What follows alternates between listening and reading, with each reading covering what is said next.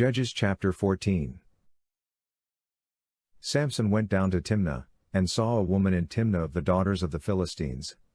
He came up, and told his father and his mother, saying, I have seen a woman in Timnah of the daughters of the Philistines.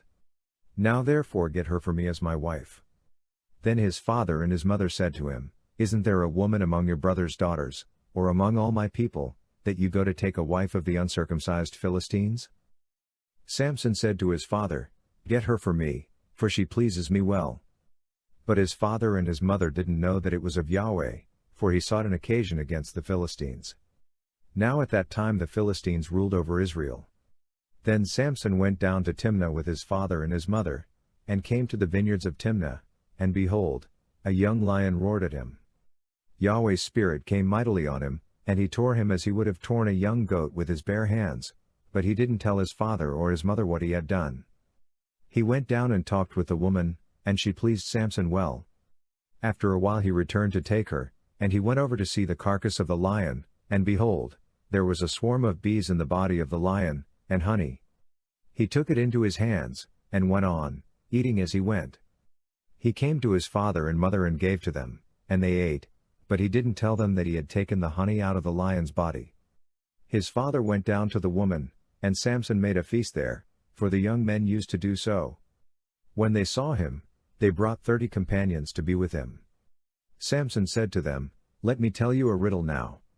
If you can tell me the answer within the 7 days of the feast, and find it out, then I will give you 30 linen garments and 30 changes of clothing, but if you can't tell me the answer, then you shall give me 30 linen garments and 30 changes of clothing. They said to him, Tell us your riddle, that we may hear it. He said to them, Out of the eater came out food. Out of the strong came out sweetness. They couldn't in 3 days declare the riddle. On the 7th day, they said to Samson's wife, Entice your husband, that he may declare to us the riddle, lest we burn you and your father's house with fire. Have you called us to impoverish us? Isn't that so?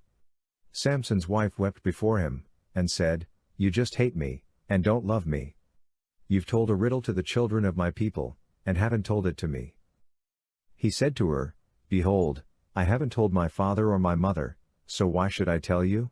She wept before him the 7 days, while their feast lasted, and on the 7th day, he told her, because she pressed him severely, and she told the riddle to the children of her people.